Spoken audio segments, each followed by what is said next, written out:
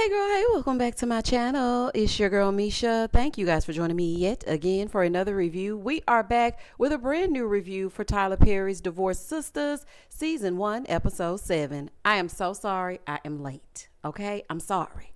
If you are new here, then welcome. I give lighthearted reviews with a little bit of laughter and a little bit of shade and a whole lot of detail. If you're back for a second or third time, then welcome back. Y'all, please don't hesitate to like, comment, and subscribe to the channel. Share with a friend. Hit that notification bell so that you will be updated each and every time I upload a video. Now, child, let's get into it if we gonna get into it. So when the episode first opens up, everyone is distraught over this stunt that Vaughn done pulled. Poor Bridgette, honey, hyperventilating and everything, honey. She can't breathe. She's snotting. She crying. Pastor Jefferson is like, let me call the po-po to try to get down to the bottom of it. Myron up there following around behind him, looking like a lost soul. Please find something else to do, sir. Okay? Find something else to do and go sit down somewhere. So while all this is going down, Rashida is asking Bridgette, were there any signs of depression or any talk of doing this in the past? And Bridgette was like, no, he never said anything. Now, I will say this.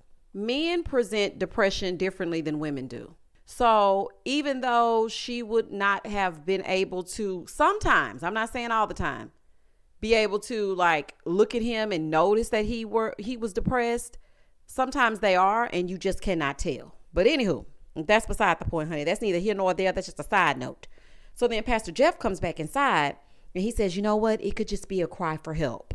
No, it's not no cry for no damn help. It's some manipulative BS so she can feel sorry for his PlayStation 5 playing ass and take him back because he needs somewhere to lay his ring light down. He needs to find somebody else to play with. That's nothing to joke about.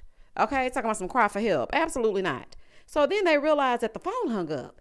And everybody's thinking, how can you hang up the phone from beyond the grave? Honey, if you're recently deceased, how are you hanging the phone up?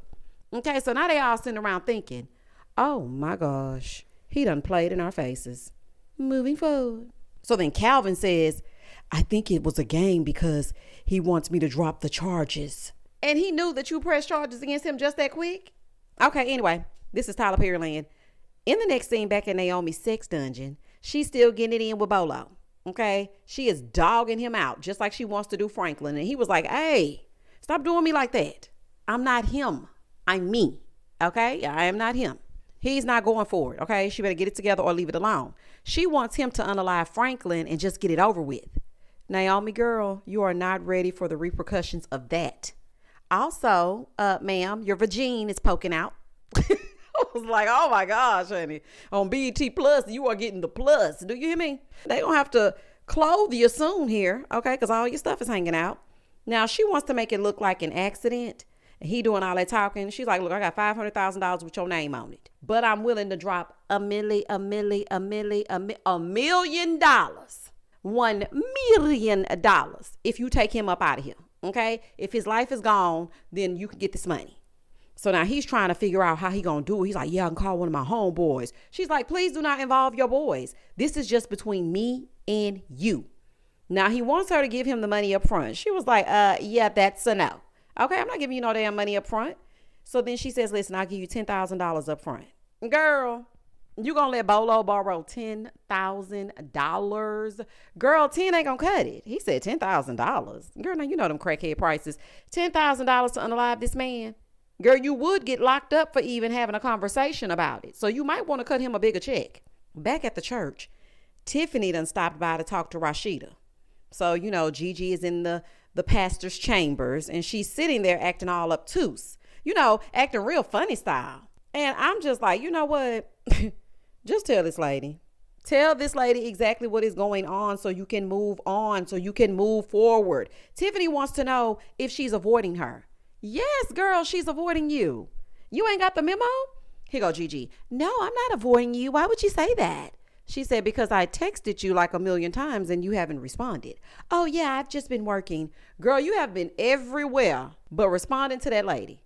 You done been down to the Pretty Ladies Yoga studio. You done been over here to the school. You done went home, came back, and done everything else, and now you ended up at the church. You ain't been down to the office once. I don't know if Andy using the office right now for the original sisters, and you can't be in Andy's office, so they're gonna have to switch the offices. I don't know. But the deal is, we don't never see you down to that damn office. So there's that. I personally think that Tiffany knows what's going on. I think she knows that Vaughn and Gigi have some kind of history. She doesn't know what, but I think she can kind of feel something. But she wants Gigi to tell her. But I'm getting so sick of her saying, tell me what's going on. How do you know him? Tell me. I'm like, girl, please leave that lady alone, honey. She ain't gonna tell you nothing. Moving forward. So Gigi is being real short and real snappy. And Tiffany is a lot better than me because I would have said, you know what? I would have cussed her real good, but that's just me. So then she blames it on the pretty lady. The reason why she's, so up in arms. She tells Tiffany, okay, so I went to her yoga studio and I kind of, just left my phone around to record and whatnot to see if she was going to call William. Now, she didn't call him, but she did call somebody. And so Tiffany was like, I don't think that she's messing with William. I really don't. Girl, she don't think that she's really messing with William either. She's just hoping that she's messing with William so she can divorce William and end up with Vaughn. She gonna drop you and William to be with Vaughn. Okay, let's just keep it all the way real. Now, she wants her to stop avoiding her. Listen to me, Tiffany. I'm speaking directly to you, honey. If all of a sudden my friend started acting funny, I'm not going to ask her to not avoid me. She can continue to be met with that same fate. You avoid me and I will avoid you at all costs. You ain't got to worry about me. You do not got to worry about me. Child, please, I wish I would. So then Rashida comes in and she tells Tiffany how Vaughn is playing on Bridgette's phone and they want her to let that youngster go. They were like, please let that young man go. So now they're all looking at Gigi because like, girl, not you telling somebody to let somebody go. Okay, because you about that life too. And don't think we forgot. So then Tiffany says, I want me a mature man. Gigi said, yeah, one with a CPAP machine. Tiffany said, no, I wonder if Vaughn has a CPAP machine. And Tiffany looked at her and Gigi looked back at Tiffany and Gigi was like, what? You need to wait at least a year to be wondering if he got a CPAP machine in his bedroom. Okay. That's very much not something you need to be worried about right now. Baby, Gigi was about to lose her mind thinking about Vaughn giving all that good loving to Tiffany.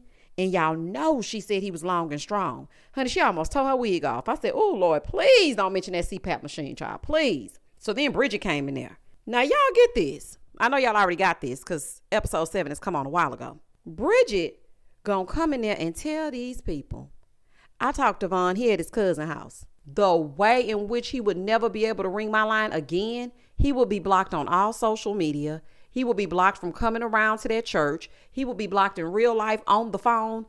He would never be able to associate with me again. The amount of distress that he put that lady under playing so that somebody could feel sympathy for him is pathetic. Okay, it's just downright pathetic. So then Bridgette was like, well, no, I'm leaving him. I'm done with him. Gigi said, are you sure? Oh, no, Lord. Now here we go with are you sure? She said, yes. Did you not hear me? I said, I ain't messing with him no more. Bridgette, girl, you better not ever talk to that man again because mental health is not something to play with. I was like, I know that Tyler is not going to unalive this man because he still got Gary over there terrorizing Andy on Sistas and he's supposed to have been dead. So for me, I knew that it was going to be a twist and a turn. I was trying to get serious about it at the end of the episode and whatnot. But see, the way that Tyler liked to play, you just never know. In the next scene, Myron and his unrequited love and his obsession for the pastor are all up in Jefferson and Rashida's marriage. Why do you want to know about their marriage, bruh? Huh? Why? So Jefferson is telling him that he and Rashida, were going through a rough patch last night, but praise God. Okay, some good loving got him through it. Myron wants to be the cleanup man. He wants y'all to stay up in arms. Do you hear me? And back over in Rashida's chambers, they're like, let's just go see Naomi. And Tiffany was like, yeah, we need to go see her because she is mad at you.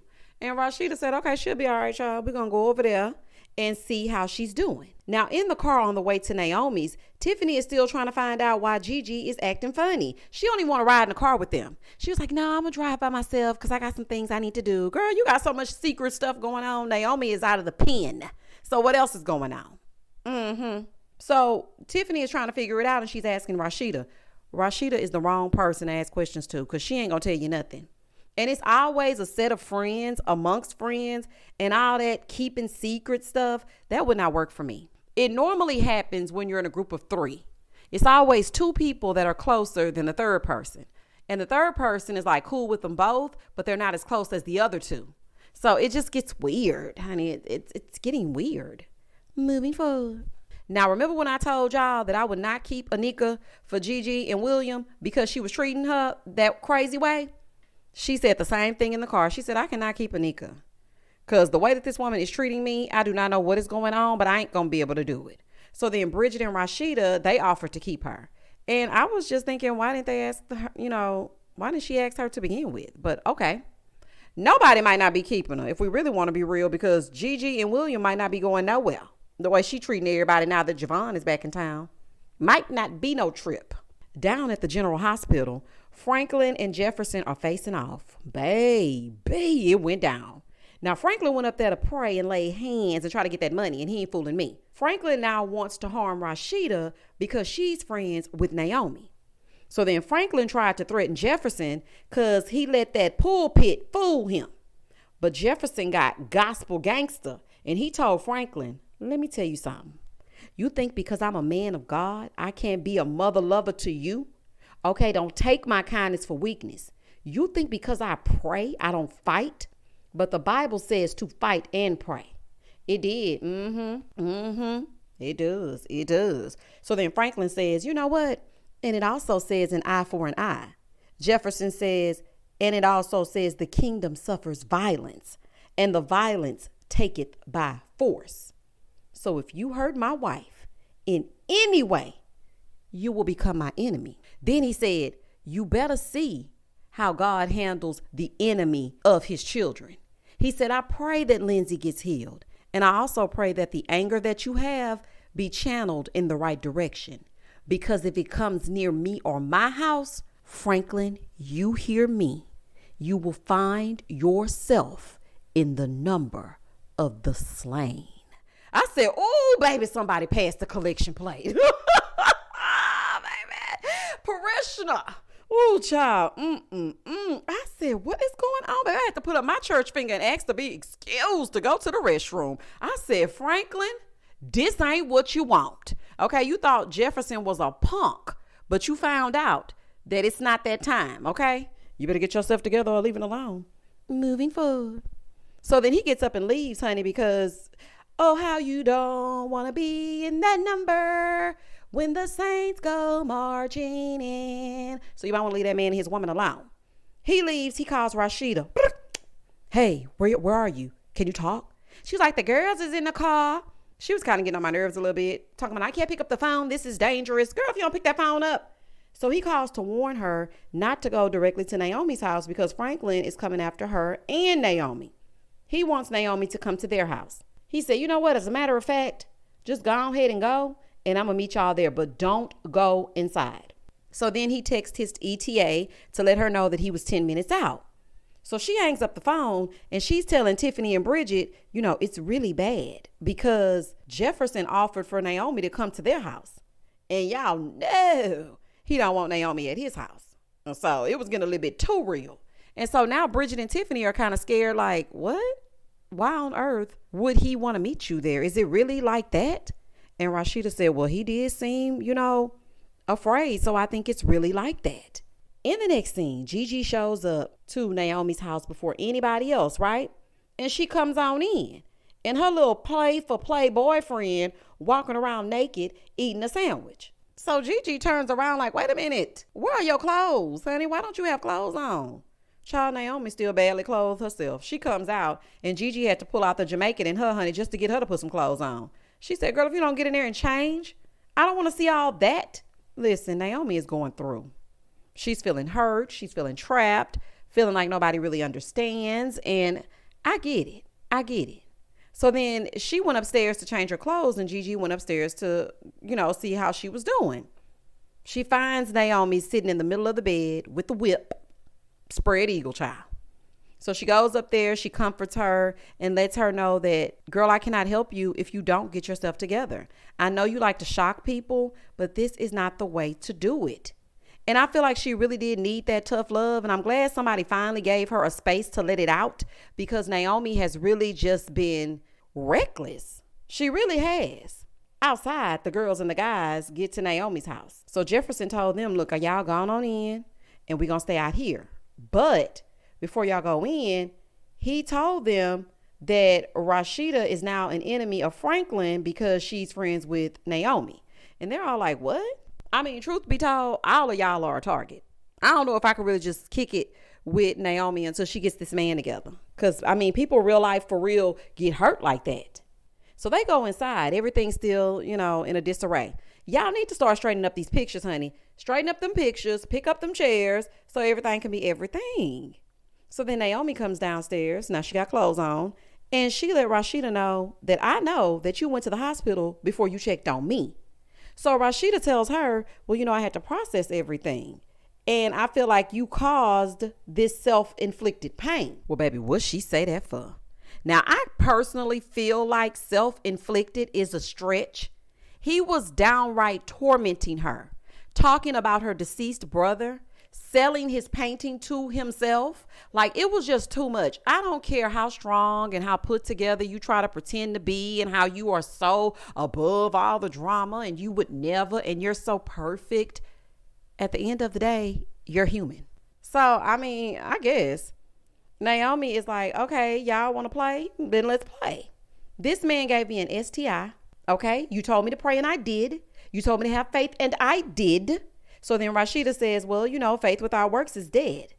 I told you both of you had to do the work. So then she tells her friend, okay, you are not the first woman to be hurt and you won't be the last. Let me tell y'all something. I don't play like that. I hear you, but until you've experienced that kind of pain, I don't want to be judged. I've been where Naomi is and still going through it. So if you're my friend, I don't want you sitting in front of me telling me you're not the first woman to be hurt and you won't be the last. Duh, Captain Obvious. First Lady Obvious. I get that.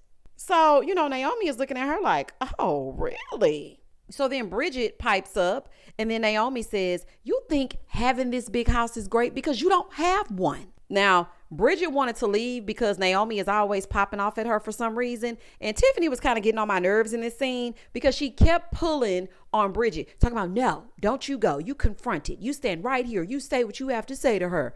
And Bridgette calmly told her, girl, I will set this mother off. Y'all think I'm the nice, quiet one, but I'm not. And I'm getting sick of being treated the way that I'm being treated. Now, she was trying to walk away and she wanted her to just stand there and take it. And I was just like, Tiffany, you are getting on my nerves.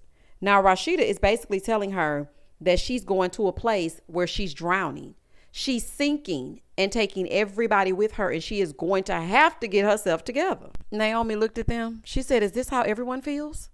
Crickets. But baby, she got ready to clock out AT.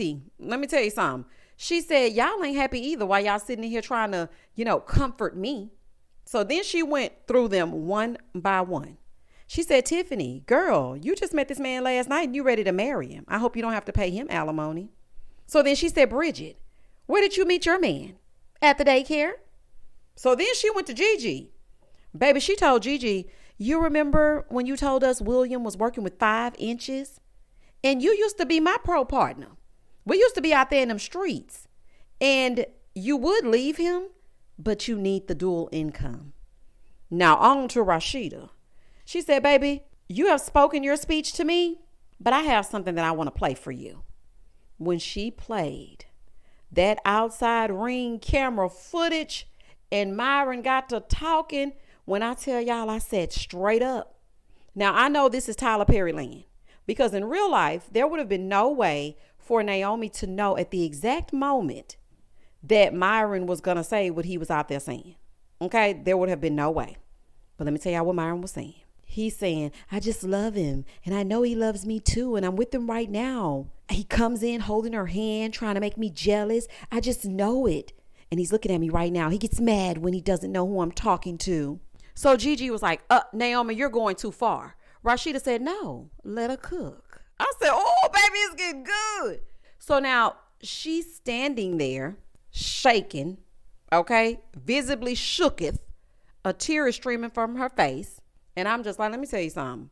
I am not sure why Tyler is playing with Vaughn's character the way that he is, because I think Myron is an obsessed Looney Tune who is in love with Pastor Jefferson and has somehow made up in his mind that Pastor Jefferson is in love with him too.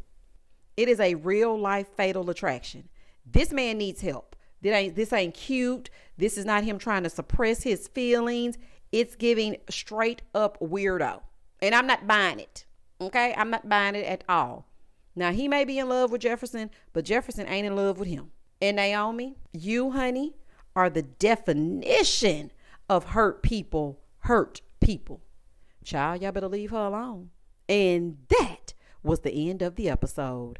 Baby, when I tell you, when Naomi went through them one by one, she was like, you know what?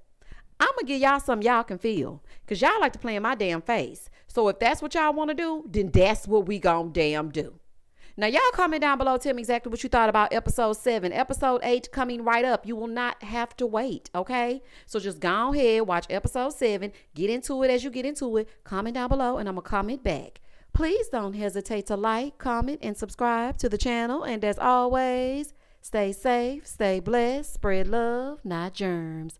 Peace.